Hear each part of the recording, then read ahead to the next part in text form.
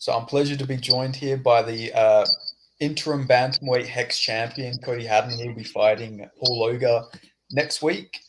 Is it next week? That is next week, yeah. Yeah, March 2nd. Yeah, March 2nd against Paul Loga. Yeah, I got tripped up there because it's a leap month.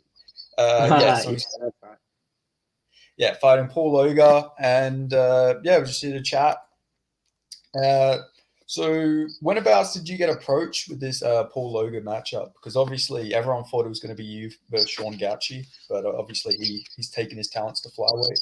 Yeah, yeah. So at the end of last year, I was when I pulled out on Gouchy, I was dealing with glandular fever. I was a bit sick, and then uh, Hex were trying to match me up with Gouchy again on March 2nd.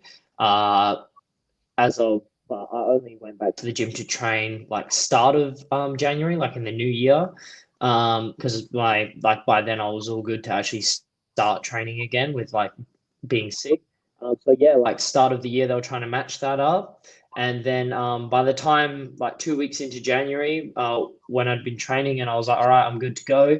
I let them know. They pretty much just said, look, Sean's made the decision to go down to flyweight, and there's a little bit of miscommunication, like not with Sean, but just with Hex back and forth. And then obviously the next guy was Paul Loga, as he was deserving due to him stepping in to replace me last time against Sean in I think it was, when was it, last year? Anyway, he stepped in and then pretty much Sean pulled out on him. So Paul was owed a fight. And then yeah, they just said, oh well, how's Paul Loga? I said, yeah, all good. So probably like 2 weeks into January, I accepted the fight with Paul or something like that, around that time frame. Yeah. And have you watched much of Paul's fights? Obviously, on the come up, you know, he was a guy who fought a lot of the who's who at flyweight. I believe he's fought Shannon Ross. I know he's fought Steve Ersteg for sure, but was he a guy you've seen on the come up? Yeah, 100% actually. I fought on a Eternal card with him. My last amateur fight was when he fought Steve the first time at flyweight, because he's fought Steve twice. But yeah, I know him. He's been around for a long time. I like the guy as well. Like he's a nice dude, man. And like whenever I've met him, me and him have really like connected. And yeah, he's a good dude. He's fought all the best guys, only lost to the best guys. So yeah, I think he's a great opponent, and I think that people don't give him the credit he deserves as a fighter. So yeah, I mean he's been around and he's fought everyone. He's tough as, so should be an exciting fight, that's for sure. Yeah, absolutely, definitely a tough guy. You know, from connecting his friends, now you're going to be connecting fists. You know, that's just the fight game for you. Yeah, it is, man. Yeah, unfortunately, but that's it. It's just whoever they put in front of you, you got a job to do, and it's business and friends after. That's all good.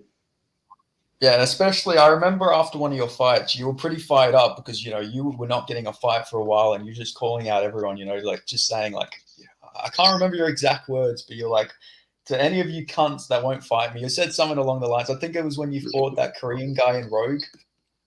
Uh, Oh yeah. Well, yeah, that fight there was a couple people like said it, made a few comments and not gave me shit personally, but there was a few comments said. I'm not going to mention names, this and that, because I don't care enough. But since you asked the question, I'll answer it. People were saying, "Oh, why is he going to fight some Korean dude, some one-on-one guy? Like, well, he's just trying to pad his record." It's like, mate, no one else will fight me in the country. This is what they had to do to get me a fight. So it's like, fight this guy, don't fight at all. And at that time, I think my record was after the Jarrett fight. So I think I was like 3-1. Like, so Korean. it's for my skill level at the time. Like, sorry, my record compared to my skill level at the time was like not really like represented or correlating well. So I think people like didn't really want to take the fight because they were like, oh, what is he, like 3-1? Why should I fight him? Like, let him get a few fights more. But I feel like now, I'm 5-1, Hex interim bantamweight champion, and people kind of can't deny me now.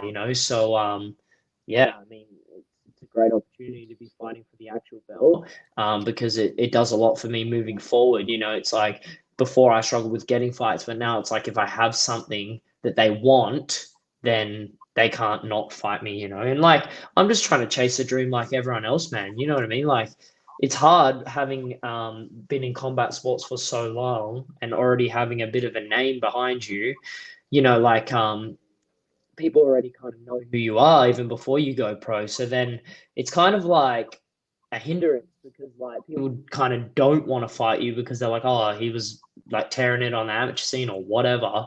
So even though it's good to get like that experience, it's also like a detriment because people kind of avoid you. So it has always been hard getting fights and matchups. But I mean, recently, I like as in this year and last year, I haven't had that issue too much. But yeah, I mean, in the past when I was, a bit more greener, as in my record wasn't like I hadn't had too many bouts. People were definitely more hesitant to fight me, which I understand. It's like there's a hierarchy, right? It's like you fight this guy, if you beat him, you go to the next tier sort of guy, and you beat him, and then eventually you work your way up. And it's like, why should someone who's hasn't proven themselves enough time get that opportunity to fight one of these upper tier guys? So I totally understand it and how it works, but I'm just grateful. But now I'm in a position where, like I said before, people are more inclined to actually fight me, and we can get fights going consistently. Fingers crossed. I've pulled Yeah. out a couple times last year and stuff like that. Like if I stay free from injuries and all that, I should have a good like consecutive year this year with like consecutive fights and stuff like that. Yeah, absolutely. And yeah, like you say, at the time, when you're about, I think you were 2-1. I think it was your third pro fight that was against Steve Erceg, right? Yeah, my third pro fight was with Steve Erceg. Yes, that's right, and that was the one I lost. So I was 2-0, Yeah. and then I fought him, fell to 2-1. Yeah, so that's going to be like people are going to see that. They're going to see you had like this crazy back and forth fight with Steve Erceg. That was probably fight of the year on the Australian regional scene. Like that was one of the best fights I've seen in the regional scene with you and Yeah. Steve. And people are going to see that and they're going to be like, well, fuck, I don't want to fight that guy. It's not going to look good for me if I lose to a 2-1 guy. Obviously, it's not representative of how good you are, but at the time, it's risk over reward. Yeah, 100%. That's exactly it. And like for a long time, it was like even then I fought Jarrett, and like I'm glad that he took the fight with me, and then I was able to get to 3-1, and then get another fight, and and the last guy I fought, I'm glad we could get the fight, and now my record is starting to speak a bit more. Even though records don't matter, well, they matter to some extent, but like there's plenty of guys who records aren't like the greatest and they're good fighters, and it's like you have to realize people improve. Like it's not like, oh, he's this amount, whatever, he's shit. It's like no, people lose, then they fix their mistakes and they persevere, and then they get better, and then sometimes that version of that person that you fight is not the same person 2 years ago, 1 year ago, so yeah, it was hard back then, but I think now it's getting a little easier to get matchups. So it's more on my end, just staying healthy and making sure that, I'm injury free and stuff like that, so that I can get these fights consecutively, but yeah. Yeah, it seems to just be a bit of a curse in the bantamweight division. Like you see a lot of these guys, it seems like you're all stuck and injured. I don't know what it is. Maybe it's just some sort of bantamweight curse or something. But you see with you, Colby Thickness, some of the other guys, it's crazy to see. Yeah, of course. It's just the game though, man, as well. Like I think the thing is with being a lighter guy, this is just my assumption, but everyone's bigger than you, right? So all your training partners most of the time have size on you and stuff like that. And I feel like that just takes a toll on you a little more than it would as if you were training with guys your size all the time, because there's not many small guys, so it's quite hard to find like smaller guys to train with.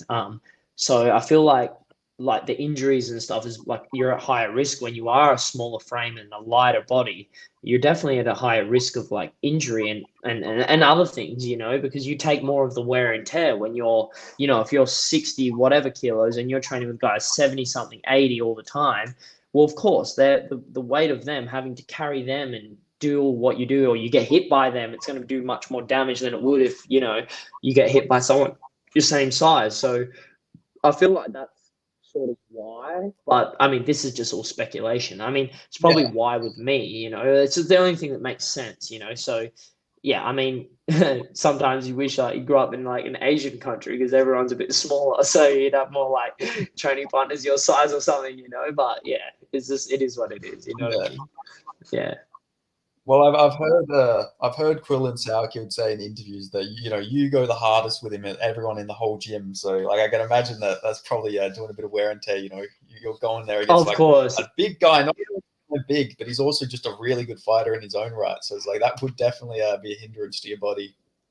Oh, of course. Yeah. The rounds we do is yeah, like it's insane, you know. So it's very high level, and it's he's obviously bigger than me as well. So it pushes me to my absolute like physical and like my ability, my physical ability, and like my skill based ability as well. So super hard rounds, and yeah, super wearing, as I would say, like very very yeah, very wearing rounds. But yeah, I'm grateful that I do get to train with someone like Quillen, who's like so highly skilled in every facet of the game. It really does help as well, because I mean then you get in there with someone your own size and you're like, oh, this guy's not too strong, like I'm used to being ragdolled, so now I can actually push him around a little bit, like, oh, this is nice and refreshing. But yeah. So obviously you think you're going to win your fight. Obviously, I know you're not going to say no. I think I'm going to lose. But how do you expect yourself to get this fight done against Paul Luger?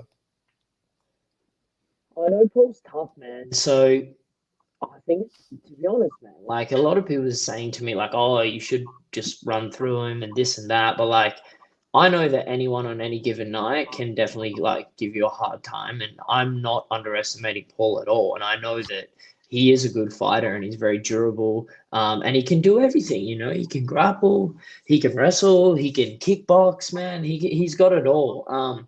Like I said, people don't give him credit. I think it's going to be a hard fight.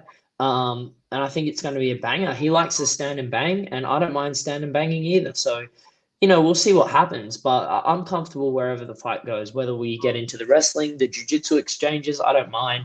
I try to not game plan. Like that was a big problem for me, like fighting Steve. I was like very much just like, oh no, I'll just like box him and we'll keep it on the feet, and that's my path to victory. And then when that kind of wasn't working, I kind of didn't like adapt on at the time.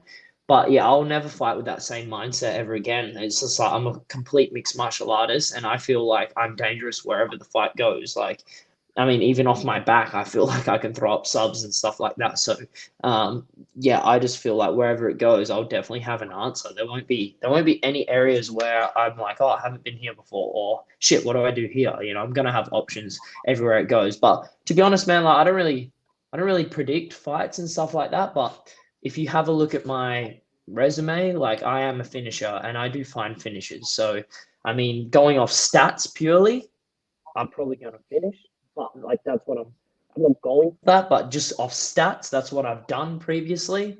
I mean, that's what I'm there to do in there. I don't like winning on points or nothing like that. I want to go out there and always take the person out. And yeah, I'll always be looking for that throughout the whole fight in any area. So I mean, yeah, that's what I will be not going for, because I'm not yeah, but that's what I do best, right? I'm a finisher. So yeah, any chance I get, I'll take it. Yeah, and that actually segues onto the next point I was going to ask about. Is you come from like a boxing background? Did you do Muay Thai as well? Did you have Muay Thai Yeah, fights? yeah, Yeah, yeah. Muay I Thai. did You've Muay done Thai jiu-jitsu fights. comps. Yeah.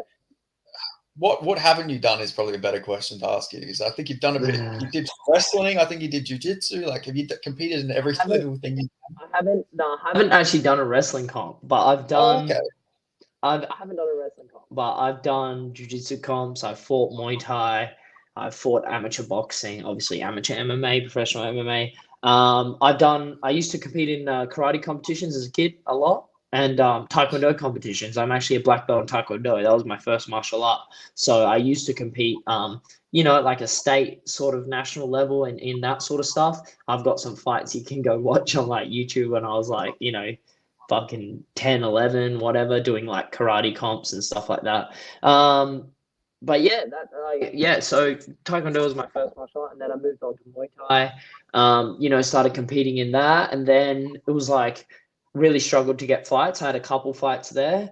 And then like I was a real small kid, so it was like already there wasn't really many kids my size. And then not only that, not many kids taking it seriously as well. So I struggled to get fights in matchups. And then I kind of went to boxing because I could just get more consistent competition in boxing. So I started fighting boxing more so, and there was heaps of kids my weight and heaps of kids taking it serious. And like you had a clear pathway in boxing where it was like, you fight, you win, and then you get another fight, win, and then once you've had a certain amount of fights, then you can enter like certain competitions like state golden gloves and stuff like that. And if you win that, then you can go off and do other comps, and it's like a qualifying sort of system, which is like much like tournament style system. So that was good to get like lots of its fights and experience in. And then yeah, pretty much like at that same time I was doing jiu-jitsu as well. And I was pretty much just alternating through boxing and jiu-jitsu, because that's where I could get like the most consistent sort of bouts. And then I did that from anywhere from like 11 till 19, just boxing, jiu-jitsu, just competing in both kind of simultaneously. And then when I got old enough, when the cage came back, then I was like, all right, now it's time to, do MMA, what I've always wanted to do. So obviously you can't do it unless you're 18. So well, I don't know what the rules are now, but I think back then that's what it was. And I wasn't really interested in doing it in a ring either. I just think it's like not safe at all. It's like you can't even wrestle them against like the ropes. They fall out. It's just stupid. Yeah. So when they bring the cage back, then I was like, yeah, I'm keen to give it a crack. And move on to MMA. Like I've always wanted to do MMA. That's always been the goal. It was a matter of just like what could I gain experience in elsewhere until I can do MMA sort of thing. And yeah, I'm glad that I like started doing MMA, and yeah, like happy with where I am and stuff like that. So there was never ever like you never thought about going down the professional boxing route or anything like that? I come from like a heavily amateur boxing background, and like not that pros is frowned upon, but like I was always been like before they changed the rules, it was like, people say amateur boxing and pro boxing, but people don't realize amateur boxing is and still is like Olympic boxing. So it doesn't mean one is pro and one's not. It's like if you win an Olympic gold medal, what, are you an amateur? No, you're not. You're an elite fucking athlete, So it's Olympic boxing and pro boxing. So I was doing Olympic boxing, and the style's very different. You fight 3-minute rounds, and it's high paced, and there's no dodging anyone. You all rock up, you all weigh in, and then like they go like pick of the hat. Okay, you and you are fighting tomorrow. You and you are fighting today. You and you are fighting right now, and that's it. And then you fight everyone, and in the end, you're only left with whoever the two best are. And there's no picking and choosing. You rock up. You don't know who's going to be in your weight division. You weigh in. You nominate. You weigh in, and then it's like, all right, tomorrow night you're fighting him, and it's like, oh shit, okay, And then the next night, if you win, you're going to fight the winner of these two. So. Whereas pro boxing is a very different, it's like you prepare for a specific person. You get people saying yes, people saying no, turning you down, and all that. It's just a different game, man. And there was always a pathway with boxing, like with Olympic boxing, there was always like a clear pathway. Because pro boxing, the pathway is a lot more like. Politics as well. There's a lot more politics. There's a lot of politics, man. Corruption and just it's very hard, man. Like to make that transition from for me as well. Like my goal was to always do MMA, not boxing. So for me to go pro in boxing, like in my mind, I was like, well, why have I been training jiu-jitsu for so long just to go fight pro boxing? It's like, yeah, you might get a couple wins, but what does that do for your career? Oh yeah, you might get a few big fights, get a couple payout. What's that? $5,000, $10,000. But really, what is, that's it. That's kind of the pinnacle, unless you're super talented. And not only that, man, it's like boxing is a lot of fucking head damage, head trauma, and it's to get good you have to take so much damage to get good. And I feel it's just it's a very, very tough sport. And it's just, for me, I've always been way more into MMA, and I've just never seen the point in you get some of these guys who do both. They do like MMA fights and then they'll take a boxing fight and all of this and that, and I'm just like, I don't care about boxing. Like, I don't care, even if it's a pay. I just I like boxing. Like, I watch boxing, and I like when the boxing's coming to Perth, Lomachenko and what's his Kambosos. I'm going to Cambosos. watch. Yeah, I'm going to watch. I love that. But me personally competing in it, it's like I have a mission right now to pursue my MMA career, and that's the only thing I care about. And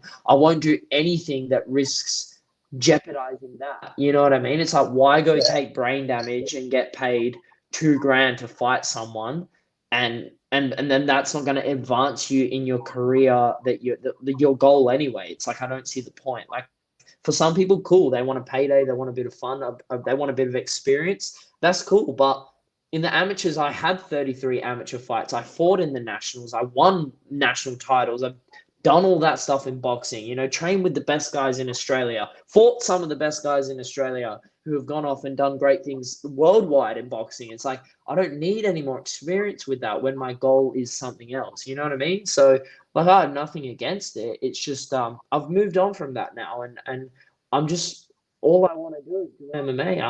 I want to, I don't have yeah, I don't want to, like, it's different. If I get to the UFC and win a couple fights, make a bit of a name for myself, and then I get approached by some boxing organization to go, hey, we'll pay you $80,000 to fight this guy, I'll say, fuck yeah, I'm in. You know what I mean? But at this level that I'm fighting boxing, I'd be getting paid $2,000, a grand. Like, what is the point? Like, to prepare for that, it's like not even worth it. It's just so, yeah, you know what I'm saying. But yeah, strictly Yeah, I MMA. agree. You know. Yeah, and no, you're definitely you're killing in MMA. So actually, I wanted to, since you're talking about all your fights and stuff as a kid, obviously coming from a Wanneroo secondary college, did you have any fights at school or anything like that, or did people just know not to fuck with you? No, at Wanneroo there wasn't too many, like, little fucking things, but there wasn't. I didn't actually get into any big fights at Wanneroo at all. Like, no, I was pretty.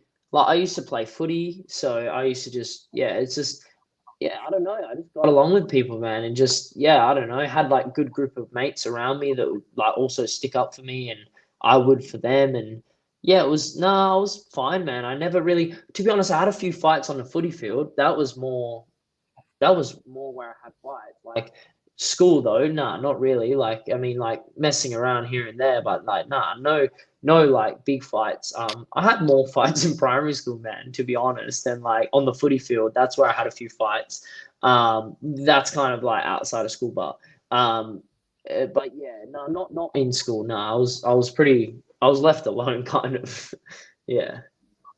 Yeah, I thought it'd be worth asking the question though, because Wanneroo does have like this reputation for being like the scrap school and everything of the north. Like everyone scraps at Wanneroo, but Yeah, what there was a about? Do you have couple any fights, run-in? a couple people fighting. There was a couple people fighting. Like, there was always a fight, and everyone run to it and watch. But it's just like, they never knew what they were doing. So it's like, I wasn't very impressed. But yeah, I was just kind of like, yeah, this You're is just just, watching it yeah. like, oh, I could do way better than these guys. Like you're just Well, it's just critiquing the like, background. fights are mostly like, man, is this like two people head down swinging, one person hits the guy, hits whoever or whatever it is, hits someone, and then they're like, oh shit, I've been punched in the face. And two things happen. They either get angry and they keep scrapping, or they go, oh shit, I've never been hit before. I kind of don't want to get hit again. And then they quit.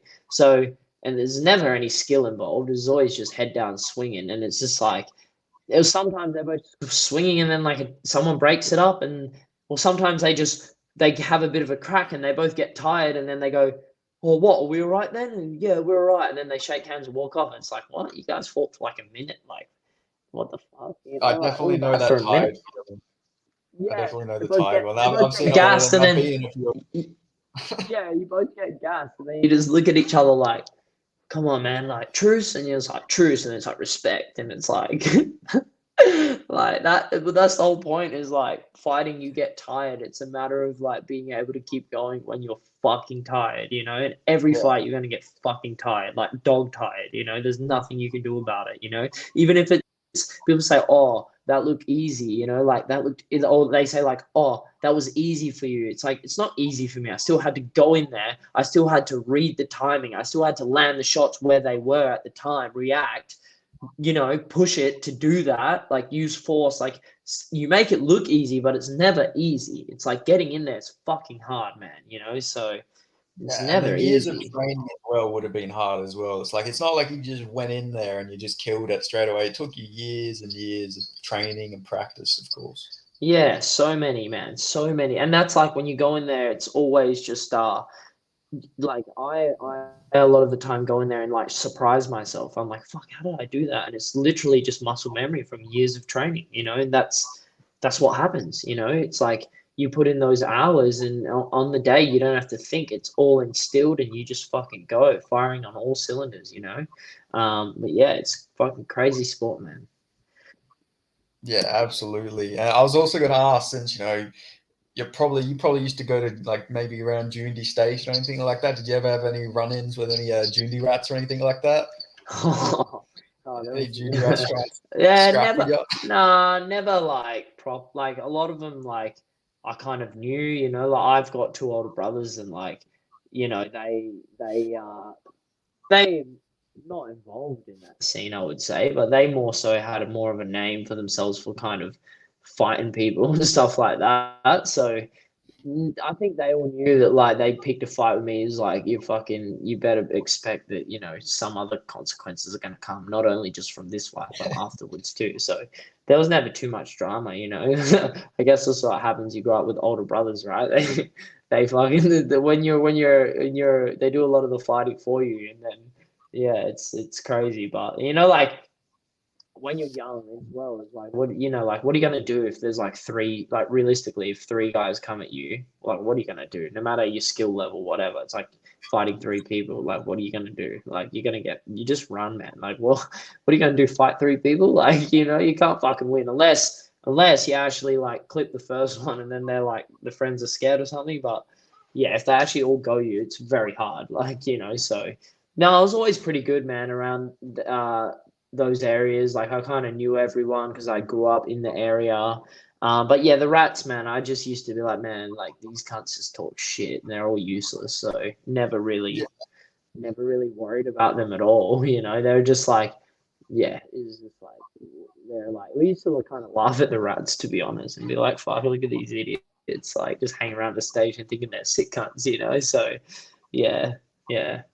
yeah, drinking green bags, hanging around the trainers. Oh, it's definitely dodgy sometimes. Like you walk past and they sometimes they'd scream out and say shit like as you're past them, or like say something and I would just ignore it and be like, yeah, whatever, bro. Like, good on Yeah, you. You with 20, you with fucking 10 or 15 people right now and I'm on my own. Yeah, good on you. How tough are you? You know what I mean? Like, yeah, whatever, bro. yeah, exactly. Um, but it's like, man, it's just like a waste of time, man, getting caught up in that shit. It's like the way I look at it is like with fighting is like if you want to fight, why don't you go to a gym and fight and actually then fight properly and get paid for it? Like why are you out here on the streets trying to fight people for? You know what I mean? Like just unless you got a genuine problem with someone, like you got a problem with someone, it's like when I see you, it's on. That's different.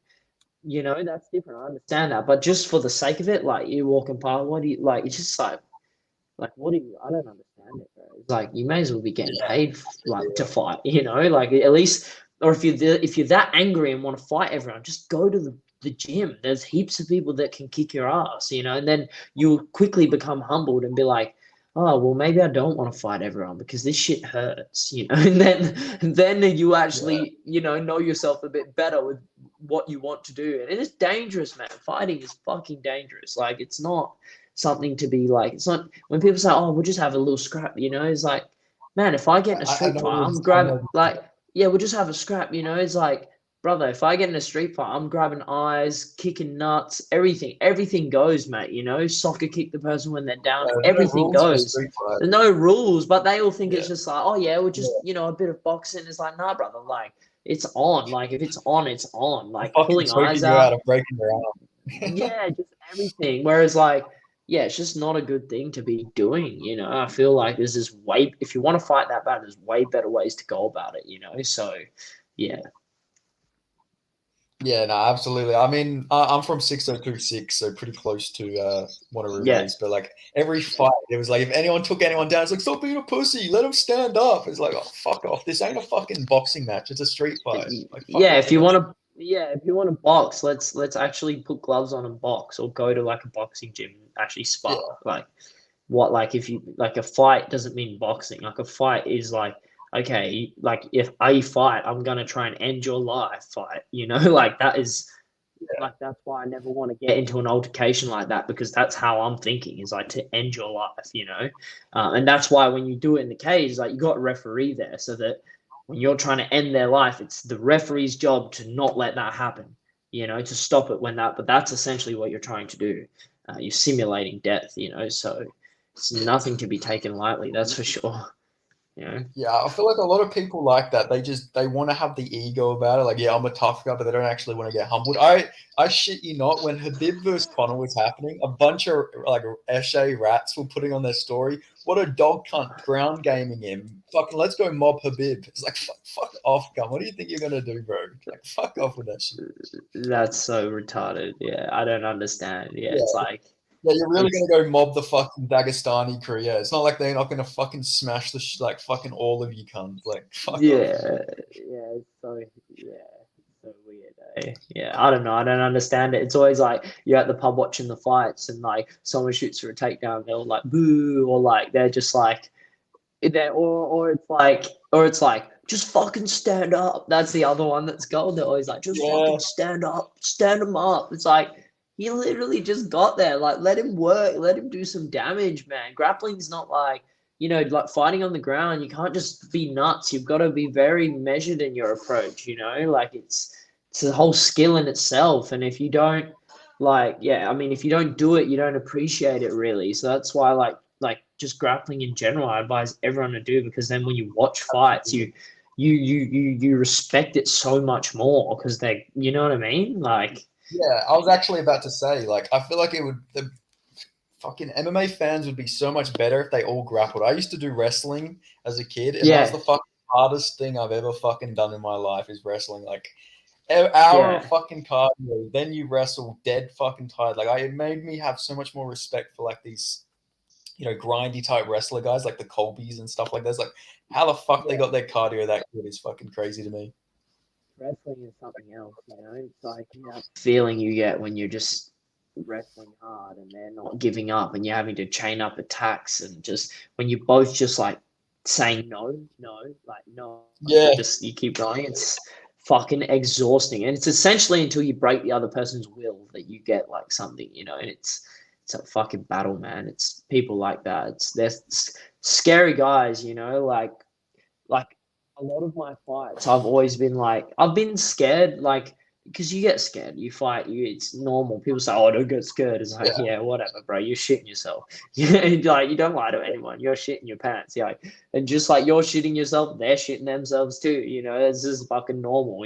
So, but I've always been more worried, like, finding a grappler, like a good grappler. I'm like, okay, this is going to be. Whereas like a good striker, you always know that like once you get close and you start grabbing them, then everything changes, and you can always fall back on that. But like a good grappler, that's like way more scary in my opinion, fighting like a good strong grappler. Yeah, I'd agree. Especially one with like fucking god tier cardio as well. If they got S tier cardio, it's like, Oh, oh fuck, like all that's fucking day I'm gonna have to deal with this the whole fucking fight. Unless I chin him or fucking catch him in a sub, I'm dealing with this all fucking fight. yeah, 100%. That's a scary thing. That's a real scary thing. Yeah. So yeah, that's why it's so important, right? You gotta wrestle. So I take it for like when you get to the UFC, you're fucking dreading the Marab Devashis really matchup if you if he's still Oh around. man, I watched him. I watched him on the weekend, and like I'm just watching him. Like, this guy is just a handful. Like, how does he not? He just does not gas at all. Like, he just keeps. But the pace he fights at too, like the wrestling exchanges, is just like Jesus, man. Like, this is. He's a nightmare, man, for anyone. He's a fucking nightmare Yeah, to fight. He's a nightmare, dude. He just doesn't fucking stop. And his coach was saying that like 20 minutes before the fight, he had a 3-round fight with Aljamain in the back. Like he was just sparring Aljamain Sterling for 3 hard rounds in the back. Like the guy's fucking just freakishly fucking just doesn't give up. He doesn't quit. Like he is a fucking machine. It's crazy to see. He is a machine. He is like a machine. I'll be what like those whatever it is, genetics or whatever, it's just like that. He's a machine. Yeah. He's a fucking machine. I watched a video of him. He was like diving into a pool and he held his breath for like a minute, swimming through the fucking pool. Like he's a fucking freak. Yeah, that's nuts. Fucking crazy, man. Yeah.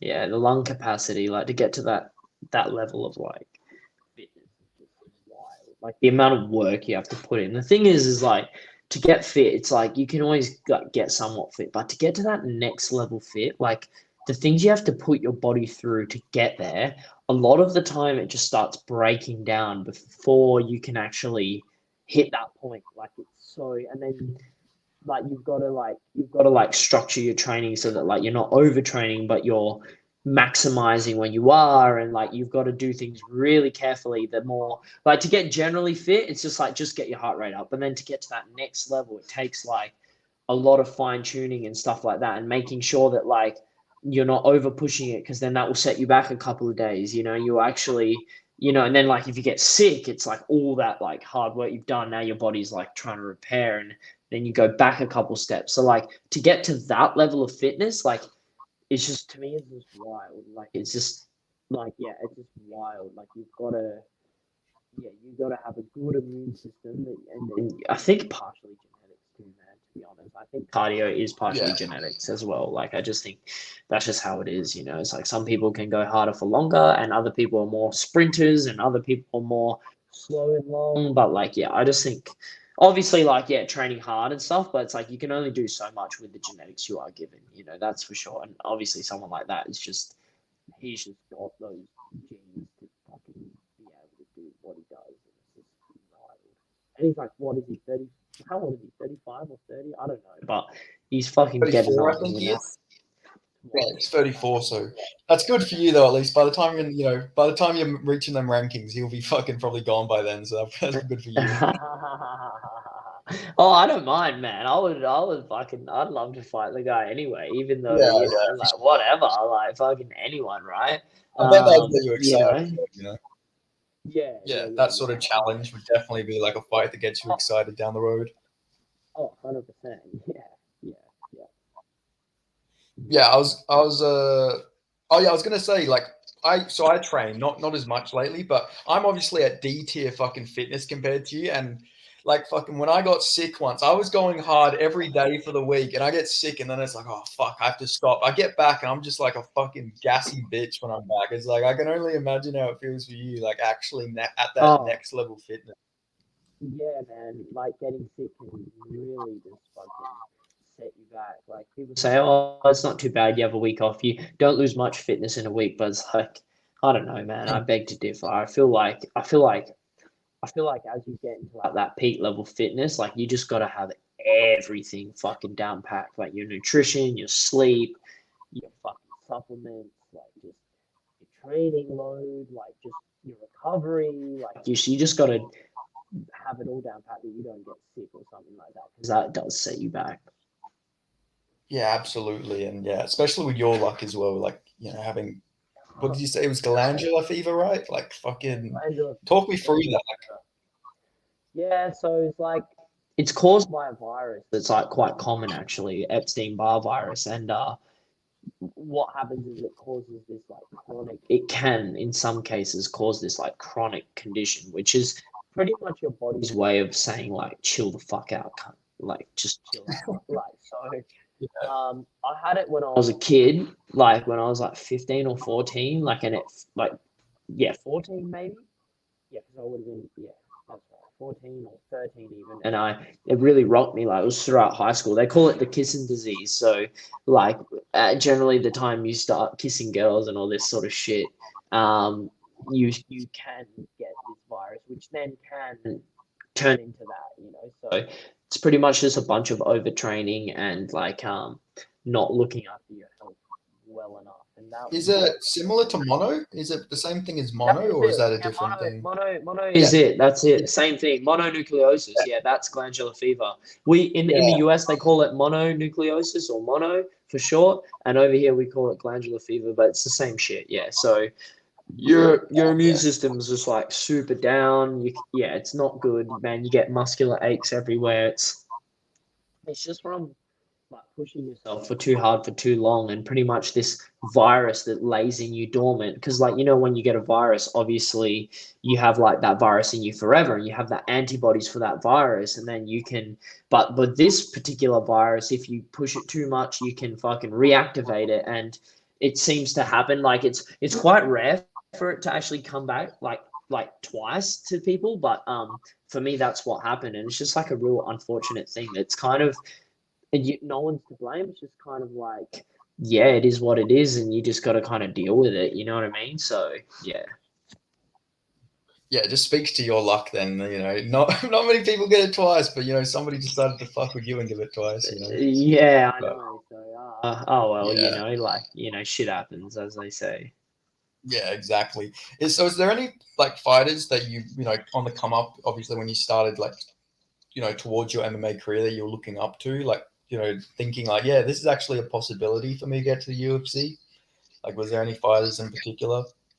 Well, at the time, all the fighters who were going to the UFC or in the UFC when I was like an amateur, they were all from like the eastern states. So there was no one like locally that you could look up to. It'd be very different now because you got guys like Steve Erceg, Jack Della, and those type of locals that are from there.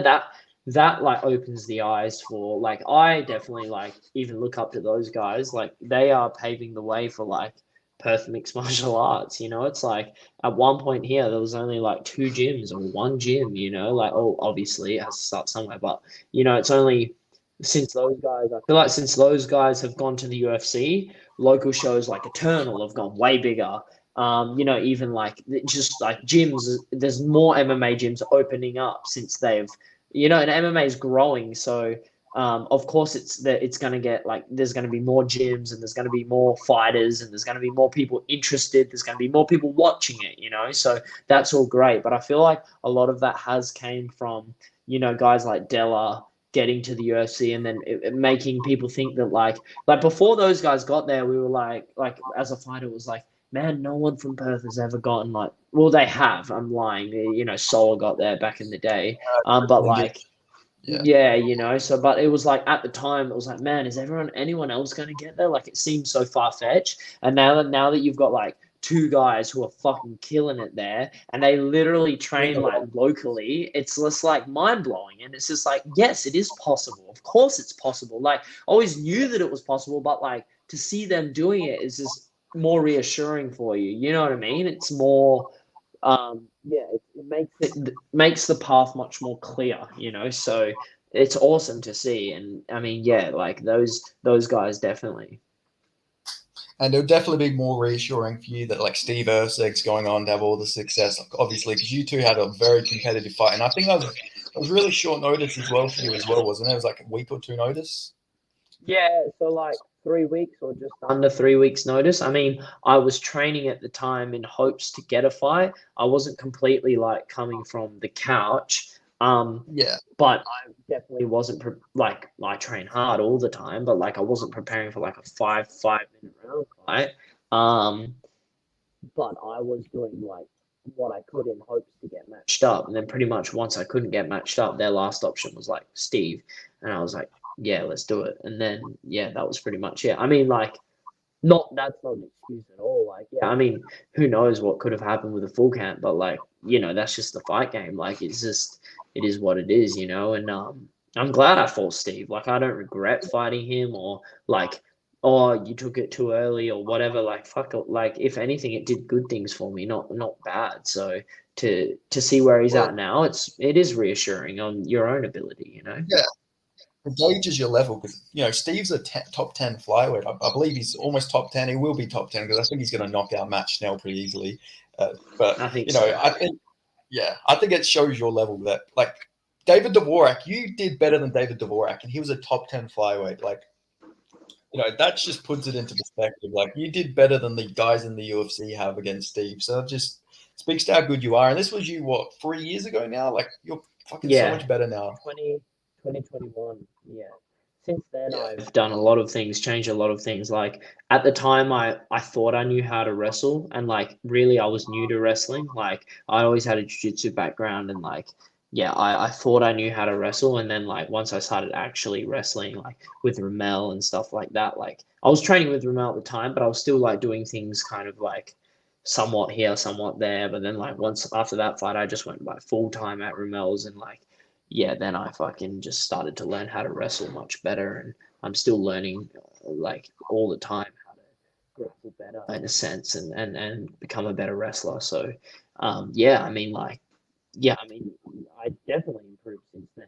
I mean, I'm so much bigger now too. Like, back then I was a bit smaller too. Like now I'm way bigger. Like then I'm an actual bantamweight now, whereas then I was kind of like a small bantamweight. Because now is like I'm still kind of a small bantamweight, but like not like I can't make flyweight. There's no way in hell. Like no way in hell. Like whereas I was back going to then I say, you're probably looking could very have. good to the arms. Right I was going now. to say, looking very yoked. I noticed the veiny Yeah, arms. I was like, yeah, you're looking, veiny. It's because I'm lean very right fucking now. bulked up. Yeah, it's because Yeah, I'm lean right now because the fight's coming close, so fuck all body fat on me, yeah. ready to start cutting weight, like just fucking get through this week and then just start fucking the whole weight drop protocol, which is quite hefty. Not too hefty, but it is a weight cut protocol. If I don't do the protocol properly, I won't make weight. So there is still a bit of weight that I have to cut. So there is a weight cut. So yeah, just kind of lean for that, and then yeah, hopefully after the fight we can put some fucking weight back on and not be so fucking shredded, because it doesn't feel good when you're so shredded, man. Like you look good, but you don't feel good. So yeah, I like being a bit like holding a bit more fat. Yeah. Yeah, I agree with that. I used to be like 80 something kilos, and then last year I did like a bit of I was post breakup. I just broke up with my ex. I was like, fucking, I'm losing a bunch of weight. I got down to like 59 kilos, and I felt like absolute shit. Yeah, bro, I that's was like, what happens. You feel horrible, man. You could have made flyweight, yeah, I know. And I'm mate. like 5'11", 6 foot. It's like, nah, I can't fucking do that shit. I gotta fucking put some weight back the on. next, I the was like next fucking skin O'Malley. and bones. The next O'Malley. Let's Yeah, mate. go. Fucking hell. Fuck yeah. Yeah. Yeah, I was gonna say, so featherweight's like, is there a potential move to featherweight down the line, or? Nah, no way, man. Like I'm I think, nowhere near yeah, big I'd say enough. you're. I'm like a bantamweight until I retire. Like never feather, never Yeah, fly, like bantamweight through and through. And like I don't even think I would take a fight at featherweight, because just like some of those guys, man, like there's some fucking big bantamweights out there, let alone fucking featherweights. They are huge. yeah, So yeah, nah, like I'm good, man. I make bantamweight comfortably. Not too comfortably, because I still have to cut, and I have to do things fucking perfect to make it, that's for sure. And yes, I can get down there, and yeah, I can keep doing that for the rest of my life. Like I'm probably not going to grow much more now. I mean, I might put on some more muscle. That would be great. But I'm not going to get taller, or my bones pretty sure aren't growing anymore. So bantamweight would be the point where I'd probably stick. Like, yeah. yeah, and especially when you look at the guys, even on the featherweight Australian scene, Justin Van Heerden's a fucking big guy. Abdallah He's Baeda's huge, man. fucking massive. Yeah, Yeah, it's like I can't imagine you Abdullah, against like these sorts of guys. Yeah, nah, Abdullah and fucking Van here, they're huge. Nah, there's no way. yeah, Um, nah, no way. I mean, like, yeah, no, just the way it's yeah. just like, no. I mean, Bantamweight seems those like the guys, perfect division. yeah, yeah, yeah, for sure. And like, people do say like, oh, you're a small bantamweight, but it's just like, I don't feel like I feel like as the years go on, I'm becoming a bigger bantamweight, which is good for me. So. I'm definitely bigger than I was, 2021, 2022. Definitely a bigger person now, that's for sure. Yeah, for sure. Yeah, so, Yeah, especially if you look at like some of the bantamweights, like I reckon you're probably about the same size as like Peter Yan, maybe a bit bigger. Like he's not the biggest bloke. No. Like Yeah, Cejudo, you're definitely definitely bigger than Cejudo. taller than Cejudo for sure. Yeah, but Yeah. yeah, no, for No, sure. no, Yeah, for like, sure. I mean weight wise, obviously taller than Cejudo. Yeah, who isn't taller than Cejudo? But like, Yeah, he's I like he's not very he's like got a lot of muscle, but he's very short. So, um, yeah, I feel like he doesn't. I don't know. I feel like he wouldn't have to. I feel like he holds a bit of fat. Like he could probably trim down and still make flyweight if he wanted to. I feel like it's just like for him, it's just like bantamweight's more comfortable now with like his lifestyle and stuff. Whereas like for me, is like even before I cut to bantam, I'm like fucking 10% body fat. Like probably right now, I'm like 10%, and then I cut to bantam. So, there's yeah, it's like pretty good for me. Yeah. yeah, it's fucked. I don't know how you guys do the whole weight cutting everything. I get headaches if I don't eat for like 5 hours. I can only imagine what you fucking guys go through. Yeah, well, to be honest, man, the way we do it now is just like by manipulating like what we eat. So like you still eat, it's just a matter of like what you eat, which is gonna retain water or let go of water, and that's pretty much all it is. Like and then it's all like water manipulation. Like weight to lose weight, like as in to lose fat. That's done in like the camp in general, like your whole camp, you'll be like in a deficit losing fat, but like on that fight week is like you're not really losing much more fat. You're mainly just manipulating the water contents in your body to then go down, and then hopefully once you weigh in, be able to like pop it all back in, and then like pop back up to that same weight. So yeah, that's kind of the thing. But like, yeah, you still get hungry, because you're not eating as much as you would used to. And obviously the weigh-in day, like you don't eat at all that day, and the weigh-ins are in the evening. So like all day you're kind of waiting to eat, and then you're dehydrating, which is like not good feeling. That's probably the harder thing to do. So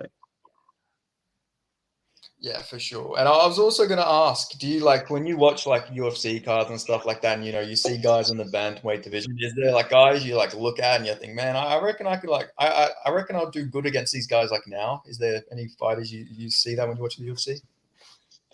yeah, heaps. Yeah, nearly. Yeah. I'd say most of them, other than like the guys in the top 10, top 15. Yeah, I'd say I'm ready for it, man. I'm ready for it now. I just need to, I just need I need the UFC to think that I'm ready for it. I know I'm ready for it, and people Yeah. around me know I'm ready for it. That's a clear representation. Is like my fight with Steve. You look at that and you go, "Fuck, man, this is neck and neck." These guys, like, they both probably deserve to be in a like bigger organization, but with my record and stuff like that, it's not good enough for the UFC yet. So I've just got to keep proving myself time and time again, and then eventually get there, and do some damage when I'm there. That's the fucking goal. Like do some damage, not just get there, but get there and do damage. That's the goal. Yeah, for sure. And there's some guys I actually want to like mention the names of you. I don't know how much fight you do watch, but these are some guys I'd love to see you fight like when you are in the UFC. And these are guys I think you could beat. Like Yeah. right now, like, well, first one I'm going to start off with is Raul Rosas Jr. I think you would fucking beat the shit out of Raul Rosas Jr. I'm just going to start that off now. Oh yeah, you mean the young kid? Yeah. He's the Yeah, Mexican guy. I don't rate him at all. Like Yeah, I feel like no disrespect, like sure yeah, he's got better things to do than listen to me talk on a podcast, but yeah, I know that I wouldn't be worried. I wouldn't be worried about fighting him. That's for sure. Yeah, I don't think that would be an issue for me at all. yeah. And then another guy is Cameron Simon. Is just a fight I really want to see. Do you know Cameron Simon, the South African guy, trains with South African Drippers? guy, no, I don't know him, but I have seen a lot of things on him. My dad's actually South African, so he Oh, follows a lot of like yeah, he follows a lot of the South African MMA. And he's mentioned him to me a couple times. I actually seen that kid got like signed, I think, to the UFC, or he's had a fight in the UFC. I'm not sure. I actually haven't seen his fights, but I have seen like his account pop up, and I just like had a look. Oh yeah, this kid, South African kid, like yeah. And I've heard people talk about him and stuff. So I haven't seen him fight, but like Yeah, I mean, what has he won? Did he win his fight or what? He's 3-1 in the UFC. So he lost his last fight, but Oh, the guy okay. he fought missed by like 3 pounds or something like that. So it's like it's an Okay. iffy loss. But he's really good. But like he's a young guy as well. I think he was born 2000, and you two are sort of built very similar. You're both like Yeah. tall, taller but like skinnier bantamweights. Well, you're more bulk now. Now you're pretty fucking yoked. But he's like a taller, skinnier bantamweight, and like I don't know. I feel like it would be a good match. He's like well rounded like you, but he's got good hands as well. So I feel like Yeah. that'd be a good fight. Yeah. Yeah. Yeah. No, sick. I haven't seen many of his. I haven't seen any of his fights, but yeah. I mean, probably trust your fucking your prediction. Yeah. Yeah, and then there's another guy who Cameron Simon's actually fighting this guy next. His name's Peyton Taupo, and everyone's saying he's like the next Sean O'Malley. He's like a fights very similar to O'Malley, but his takedown defense is a bit iffy. But that's a Okay. fight I'd like to see. Yeah, Okay. that's a guy I would like to see fight. Like these are just the younger guys. Obviously, I think you would flog some of the older guys who are on their way out, but I'm just talking about like the younger guys you'll probably have to match up with in the future. Yeah, yeah, coming up for sure. Yeah, yeah, yeah. Yeah, Yeah. No, I haven't seen that guy either, but yeah, like I know the level and like I know that I deserve to be there and I could definitely do damage there. It's just a matter of like proving myself enough time and time again that the UFC go, hey, maybe we should give this kid a shot. That's the thing that's hard in this sport is like with the UFC is it's honestly like you can like I mean you can do all sorts, but it's just like keep proving yourself time and time again, and then hopefully they want to see you fight like there. It's like there's no clear path. It's just mainly just keep doing your thing until we contact you, and then it's just like yeah, it's a hard one because you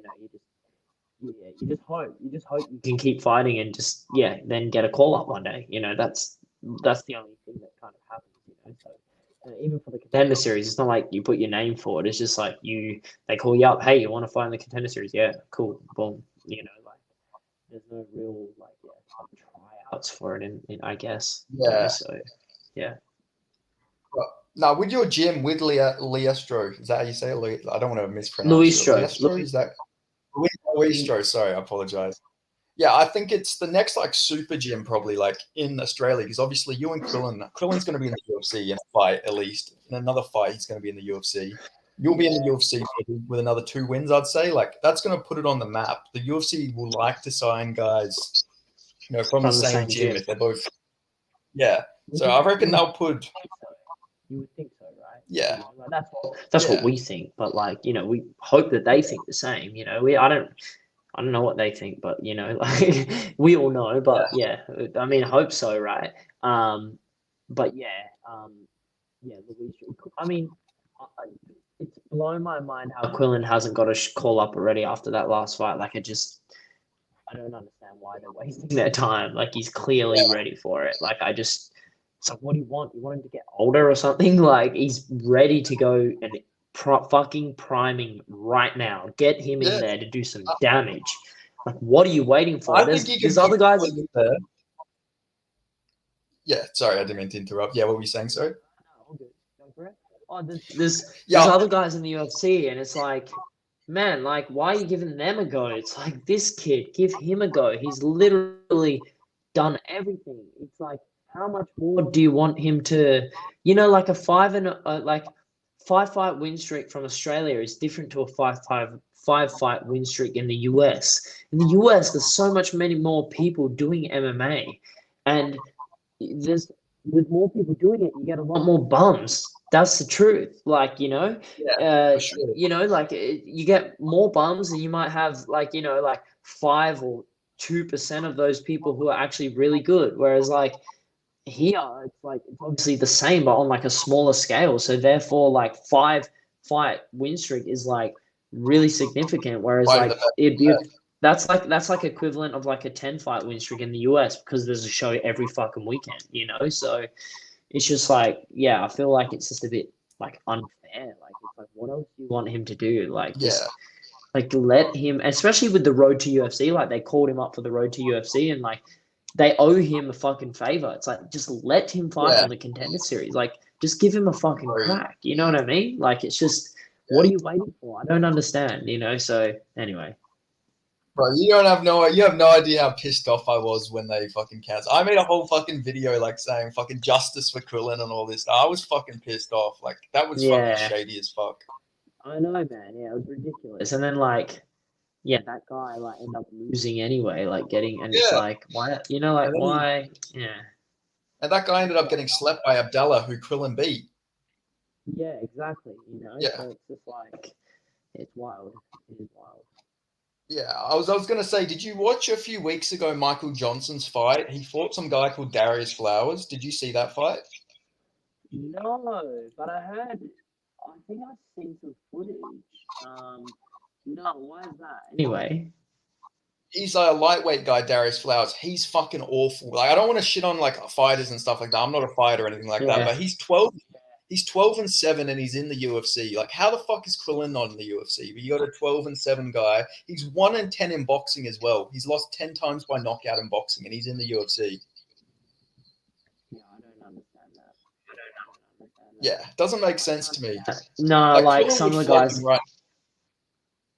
100%. Some of the guys I've seen there, and I'm just Yeah, like it's funny because like the UFC, like they've said like they've said things like to not to me directly, but aim towards me and Quillen, and that was just like, yeah, we need you to have a few more fights and stuff like this, and it's like need me to have a few more fights, and I've seen guys like contender series like like fucking 4-0 or like 1-4 and all this sort of stuff, and it's like, well, maybe like I don't know. You're saying you need more, but it's like, well, how these guys getting goes? You know what I mean? Like I don't know. Either way, whatever. It's not it gonna seems like stop a like us. geographical bias. Like it seems Yeah, like just if you're in America, you could be pretty shit, and they're gonna need to sign new replacements and stuff like that. It feels like they're not looking for actual talent maybe. Yeah, I don't know because how it all works, but, or maybe certain managers have more leverage. I don't know, but yeah, I Ali Abdelaziz. don't know. Yeah, Yeah, true. Yeah. yeah. Fucking Ali can sign a fucking anybody. He seems to have his way around, but respect to him. I was gonna say, I reckon Quillen would like fuck up Paddy Pimblett like right now, man. Like I know it might be biased because I'm from Perth, I'm Aussie, but I feel like you put Quillen in there with Paddy, I reckon he would fuck Paddy up. I agree. I agree. I feel like Yeah. he would kill Paddy, to be honest. Everywhere. Even Like fucking just as much as I love Tony, like fucking Tony shouldn't be in the UFC at this point, like Tony Ferguson, and I feel like Quillen would just fucking ragdoll Tony Ferguson at this point. oh, of course. It wouldn't even be. Yeah, Yeah. it's just. Yeah, I mean, Tony's definitely needs to retire now, I think. But like, yeah, Conor would definitely grab. Like I said, he will do damage, man. He will do some serious damage now. Sure. He just needs to. They need to. I don't know. Wake up and just let him fucking be a superstar. Like Yeah. just they need to just give him the chance to show people what he's capable of. That's just how it is. But the thing is, they're giving him more time, which is worse for all these lightweights. Because if he gets more experience, he's just going to come in and he's going to fuck everybody up badly, man. So it's like it's doing it. It's Yeah. lightweights that he's building himself up even more. Yeah. Either way, he'll get there. Either way, Yeah, he's yeah, destined. you both will. Yeah, you both will for sure. Yeah, and honestly, your coaching staff, the guys coming out of your gym, like it's fucking just fucking great. Like yeah, like your coach as well. Your coach is fucking. He seems very dedicated. Ramel seems like a really good coach. Yeah, he sacrifices everything for this game. Like it's just so much love. Like just because he really lives and breathes this game, and it's like there is nothing else. Like this is him. This is all he like. This is everything to him, and he just yeah, man. Yeah, And he loves it too. He loves his job. Like it's just that's the best thing is like he loves like training fucking savages. He just loves it, and it's just the greatest thing. And like he gets in, he trains with us, man. It's just like to have a coach that hands on is just mind blowing. It's like fuck. Like even when I was doing boxing back in the days, like the coaches wouldn't train with you. It's like this guy literally gets in and puts the gloves on and spars with us and he is a true martial artist, like through and through, and like he will be till he dies. Like this isn't like a phase for him. Like he's been doing this for so long, and it's just like he's never gonna stop doing this. It's just like it's wild, man. It's like the best coach you could ask for. Like his knowledge is endless, and he's just like he's been there, he's done it, he's fought, he's trained with some of the best guys in the world. Like he just the list goes on, but he's just a wealth of knowledge, and he just does it all from like good place in his heart because he loves MMA and he just loves combat sports. And he's just for him, it's just like it's all his life is that. Yeah, and he's obviously, he's killing it because he's got, so many good fighters coming out of your gym. And I wanted to, just before wrapping this up, I wanted to ask, besides you and Quillen, is there any other fighters like coming out of your gym that we should keep our eye out on? Like, we've got there's another fighter, Annie Thatcher. Actually, she is training with us. She actually used to train in Melbourne, and she still trains in Melbourne when she's there, but now she's living in Perth. She's another professional fighter, female, from our gym. She's an absolute animal as well, and she's actually fighting this weekend on XFC against Baby Nansen from City Kickboxing. And that's going to be a banger. And Annie's so good everywhere. Like training with her, like even me, like training with her, like gives me like it's hard work. We're like around the same way, but obviously I'm a male, and it's hard work. And I'm like, wow, like to be like nothing against like female like training or nothing like that. It's just like generally if you're the same size, like same skill level, like a man will be able to kind of outstrike them and stuff like that. But she's good, man.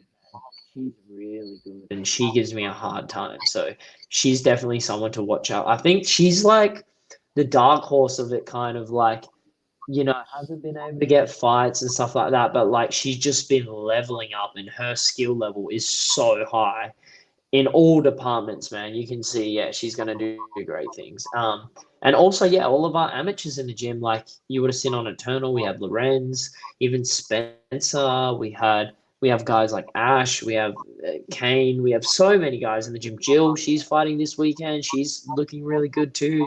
Like quite busy. There's so many names in the gym, but like, I would say like it's hard because like amateurs, it's like they obviously take it very seriously and stuff.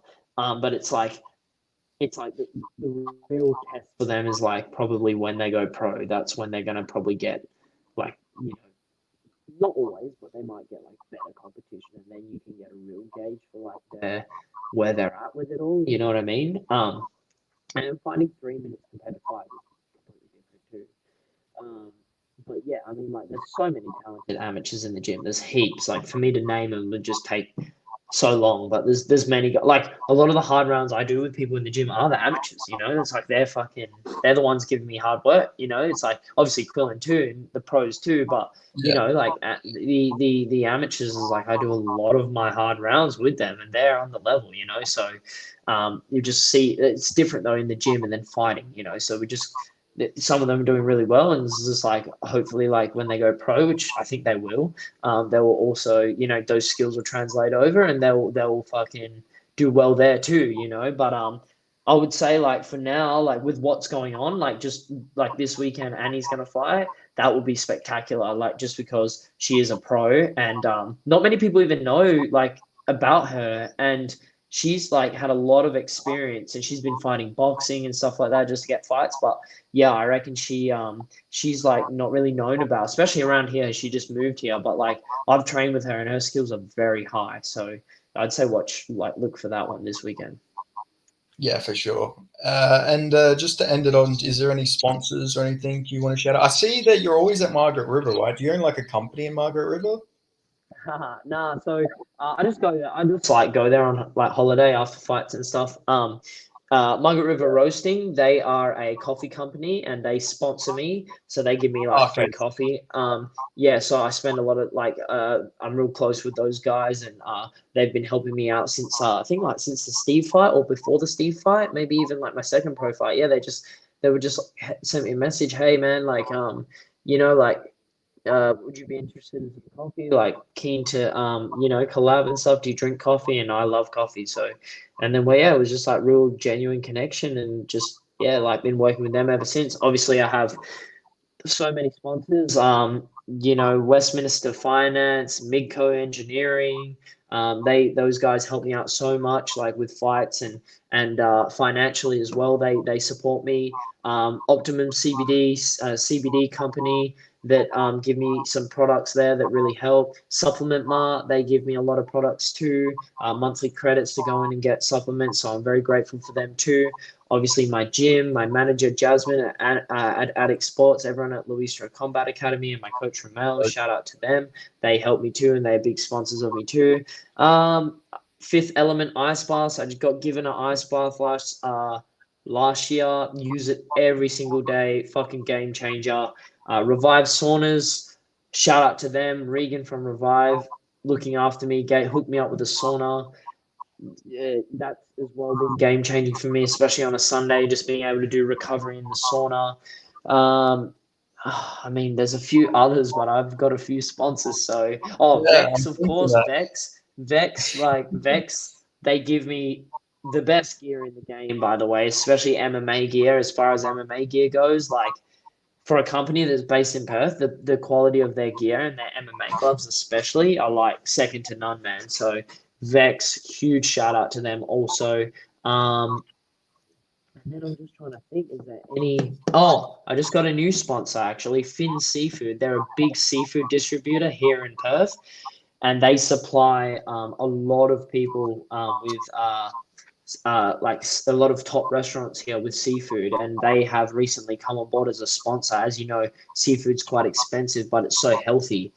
So as a fighter, your health is wealth. Nutrition. So they've come on board Sure. and helped me out with like fish and stuff like that, and seafood, and give me seafood and stuff like that, which is game changer because I've been spending so much money on that in the shop. So all these sponsors play such a critical role in this and without any of them I wouldn't be able to do it. Also, obviously, another one been looking after me a very long time is Ryan from Gorilla Chiropractic. Huge sponsor as well, has helped me out financially, has helped me out with my body for years as well. Shout out to Daryl too. That's another massage therapist that I go see, I think what RPT. he do videos. He does YouTube videos, doesn't he? Like where he massages people, or is that the chiropractor? One of them does videos because I've seen one of them do videos I before. think they both do videos, but on YouTube Yeah, stuff, it would be Ryan, the chiropractor, my chiropractor. yeah, He does stuff on YouTube, and then it would be the little like snippets you see on Instagram. That's Daryl. He's my massage therapist, and he helps me out with that too. So, I mean, fuck. I mean, there's so many to remember that I like forget them, but like all of them are like play such a key role, man. Without sponsors, this fucking shit would have sunk a long time ago, man. And like a lot of them are banking on the fact that like this kid's gonna make it and whatever we can do to help him. So like every time I fight, I just feel like I'm carrying them all on my fucking back and like I'm doing it not only for myself, but I'm doing it for them as well. And I'm doing it for my gym and I'm doing it for my suburb and I'm doing it for fucking yeah, everyone around me who fucking supports me. It's not just me win, it's when I win, we all win. So yeah, without them, there is no, like even Jazz, my manager, Attic, like fucking hell, what she does for me is can't yeah. put into words. Like, this is all just He's from the the goat. love of her heart. She doesn't make nothing out of this. This is just because she loves us and she really just wants to help us and she's in a position to. And like, wow, what can I, like I can't even put into words the grateful and like Luis Combat Academy as well. Like Ramel, man, same thing. It's like he don't get anything out of this. He literally just is in it because this is what he loves to do and he does it from the love of his heart. So like all these sponsors and these people was I wouldn't be able to be where I am without this. And it's I'm just trying to think if there's any other sponsors as well because I'm like, man, to not mention them would just be like if I haven't I think it'd mentioned be you, better if there's you just another mentioned he sponsor. wasn't. It'd be better if if you I mentioned he wasn't sponsoring you. if I haven't mentioned you, I'm sorry. I'm just right now having a fucking brain overload. But yeah, I'm pretty sure I've covered all of my sponsors there. Yeah, fucking, that's a lot of sponsors. Like, A lot of Jesus, sponsors, you got a man. big It really support system behind you. yeah, I'm very grateful for everything I have and all the sponsors. And yeah, to be able to do this shit like full time, like I am, is just fucking well, full time. I say that, but I do work too. But you know, mostly full time is just like I'm blessed Yeah, really to be able to pursue this because I know that a lot of people, you know, don't get to be in so fortunate in my position. So you know, it's just I'm so grateful for that. yeah, for sure. Well, thank you for joining me for this, and thank you for taking this on such short notice as well. I really appreciate that. Nah, it's all good, man. Like whatever, yeah, whatever I can do, you know, to vice versa, pump each other up. It's all good, man. You know, so yeah, Yeah, thank you for for sure. having me, and yeah, anytime, brother. Yeah, no, I appreciate it. Yeah, I hype you up a lot on Twitter, by the way. I have like almost 8,000 followers on Twitter, and I fucking post all your highlights and shit on there. I try and get your name out there. So, Fuck yeah, brother. Thank you for that. I appreciate yeah, that. All the noise, the better, man. Thank you. I appreciate that, yeah, dude. for sure. Yeah. No, for sure. But yeah, thank you for joining me. Yeah, we'll definitely talk again after you get a big victory. You know, you get that undisputed on Hex. Yes, But absolutely. yeah, yeah. Alrighty. But anyway, yeah, thank you so much. I'll see you guys. I'll see you next time, man. Thank you everyone for watching. Make sure you like this video. Peace.